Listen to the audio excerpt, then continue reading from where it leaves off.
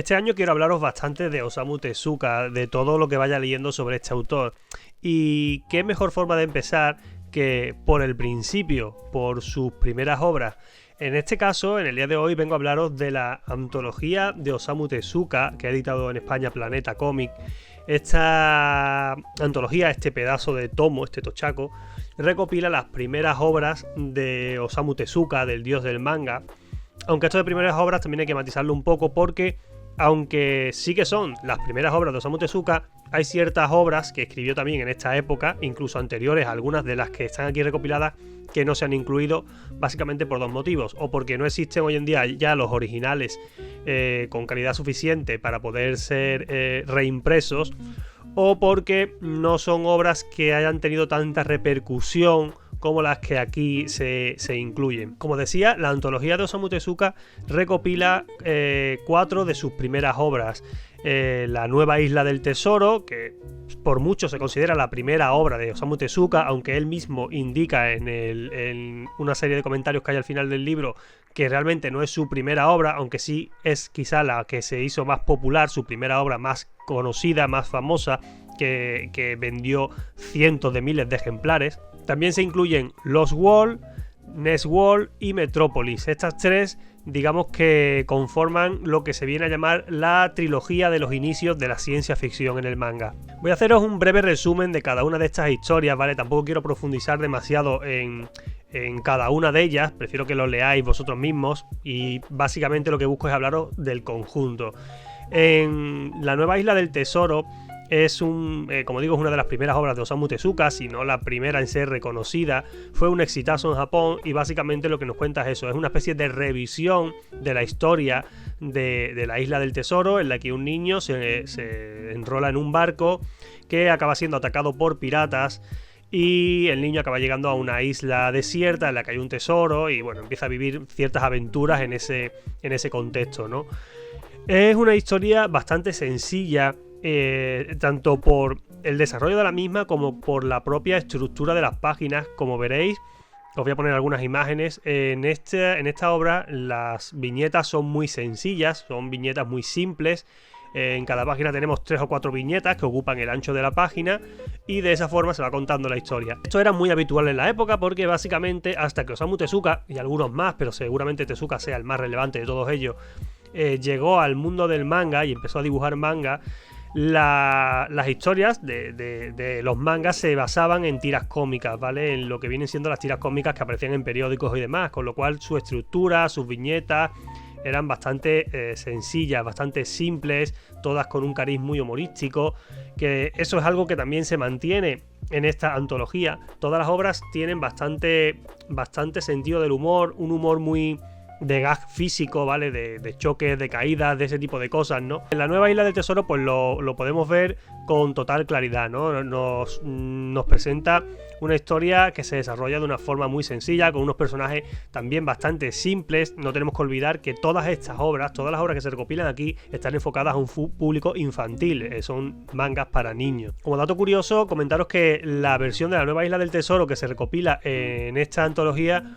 no es la que dibujó originalmente Osamu Tezuka a finales de los años 40, sino que es una versión que hizo posteriormente, no sé si en los 70, creo aproximadamente, con motivo de la edición de todas sus obras en una nueva colección que se hizo en Japón.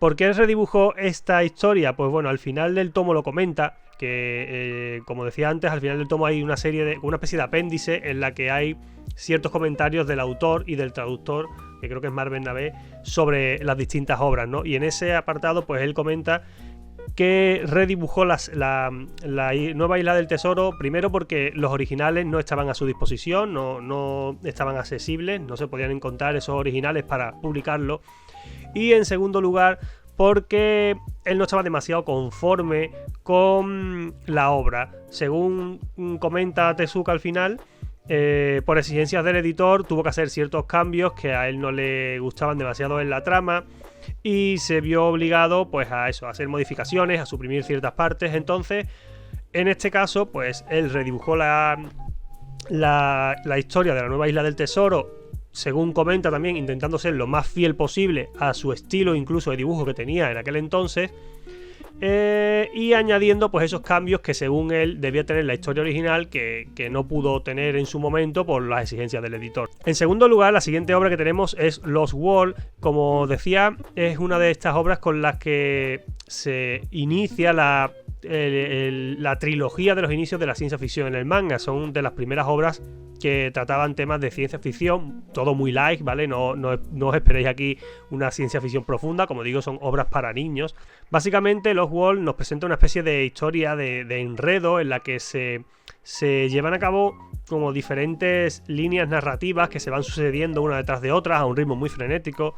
Básicamente, el grueso de la historia trata sobre el inspector, bueno, aquí se llama el inspector Mostacho en español, pero creo que era Chunsaku en Japón, y que bueno, que es un inspector que está trabajando en un caso de asesinato y todas las pistas le llevan al laboratorio de Kenichi, un niño que es investigador, es científico.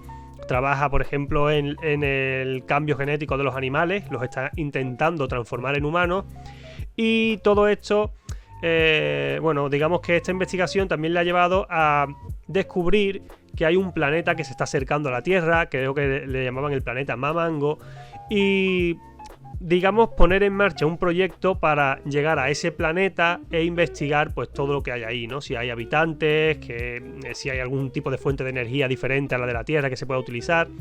Entonces, como digo, todo esto se va a ir enredando, hay muchos personajes, muchas situaciones, como digo, un ritmo muy frenético. La verdad es que es una obra bastante divertida de leer, aunque, como siempre, teniendo en cuenta que es una obra para niños, ¿vale? No esperéis tramas demasiado complejas, aunque personalmente me sorprende hasta cierto punto la complejidad de estas historias, sobre todo quitando la Nueva Isla del Tesoro, que seguramente sea la más sencilla de todas, pero quitando esa obra, el resto de las que componen la antología, creo que para ser mangas orientados a un público infantil tienen bastante jugo, ¿no? Hay bastante que sacar de ellos, ¿no? La siguiente obra es Metrópolis, quizás la más conocida o la más emblemática y relevante porque ha tenido una adaptación al anime, a una película, hace ya bastantes años, ¿no? Pero bueno, es más o menos reciente. Metrópolis pues nos cuenta la historia de el Barón Rojo, que es un tipo malvado, líder del Partido Rojo, una organización también de delincuentes, que se infiltra en una convención de científicos, secuestra a un científico llamado Lawton para que utilice su experimento, un experimento que está llevando a cabo para crear células de vida artificiales, para que le cree un hombre artificial, un superhombre, por así decirlo, ¿no? Con una serie de cualidades. Este científico llevará a cabo dicho experimento, creará a este extraño ser para el Barón Rojo, pero en el último momento conseguirá escaparse de allí con el niño, porque al final este ser humano artificial que crean tiene apariencia de niño,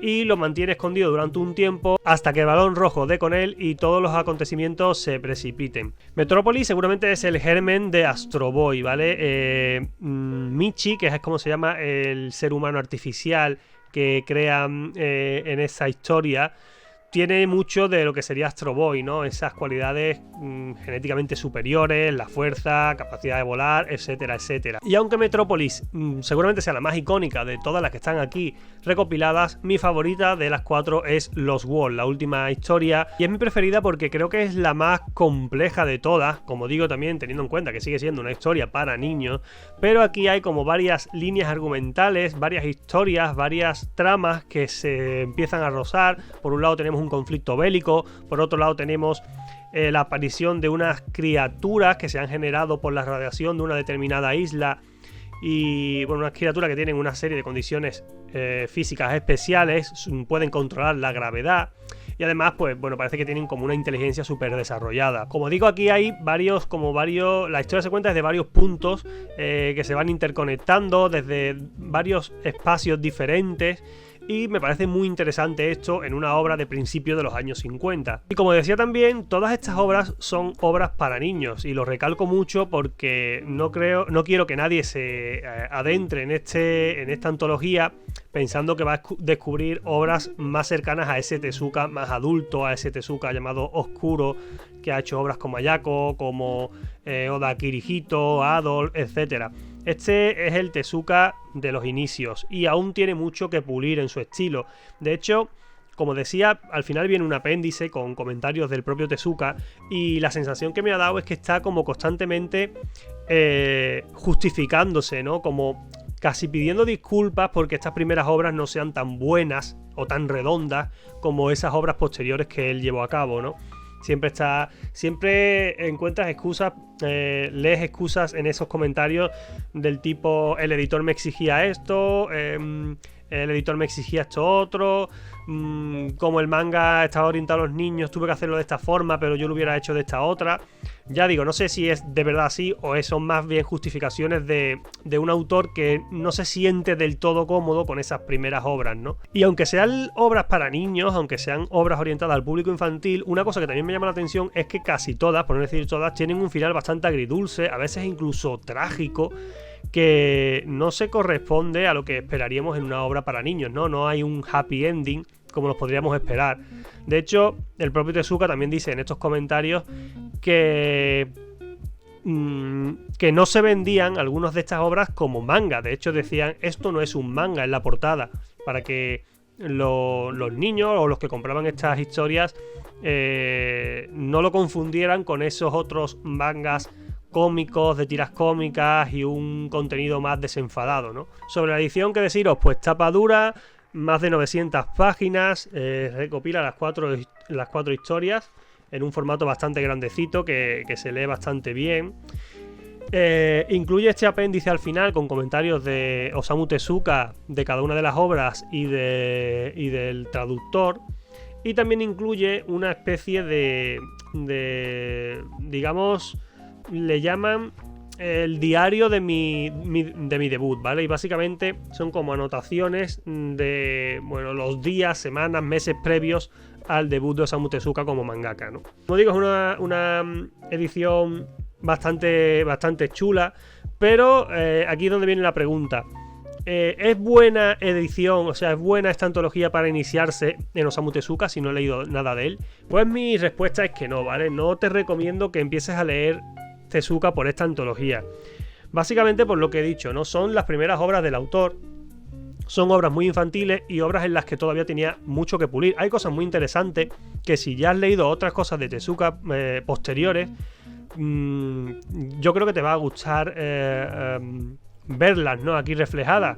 Como por ejemplo esa forma de plantear ciertas situaciones. Me gustan mucho las páginas en las que muestra un montón de cosas a la vez, ¿no? Que ocurren muchísimas cosas, hay muchísimos personajes. Normalmente son páginas completas o dobles páginas en las que mete un montón de cosas, y eso se va a ver luego también en otras obras de Osamu Tezuka posteriores. La forma de contar las historias, ya podemos atisbar la forma en la que Tezuka quiere narrar, cómo quiere experimentar con lo que el lenguaje del cómic le puede dar de sí, ¿no? A la forma de gestionar la intriga, el suspense, todo eso ya se empieza a ver aquí. Pero claro, son historias muy sencillas, muy simplonas, ¿no? Vamos a hablar claro, son simplonas, unos personajes también muy clichés, son obras para niños de los comienzos del manga, casi podríamos decirlo. Bueno, hubo manga antes que esto, pero digamos que, de hecho, estas son de las primeras obras que se editaron en formato tomo, ¿vale? Porque antes, pues, como digo, eran historias cortas, de una página, 2 páginas, ese tipo de cosas. Entonces mi recomendación es que no empecéis por aquí, que leáis otras de las cosas posteriores de Osamu Tezuka, que leáis cosas que tengan una narrativa y que estén orientadas a un público quizás más adulto, o al menos que tengan una narrativa más actualizada, porque esto os puede dar una impresión equivocada de lo que es Osamu Tezuka y de lo que es su obra, ¿no? Como complemento está genial. Si ya has leído cosas de él, sí que te lo recomiendo para que conozcas sus principios, sus inicios como mangaka, que ya digo, es muy interesante para poder hacer comparaciones y demás. Pero de entrada, esto lo reservaría para gente que ya haya leído algunas cosas de Osamu Tezuka, del dios del manga. Bueno, si ya has leído la antología, pues ponme tu opinión en los comentarios y nada más. Nos vemos en próximos vídeos.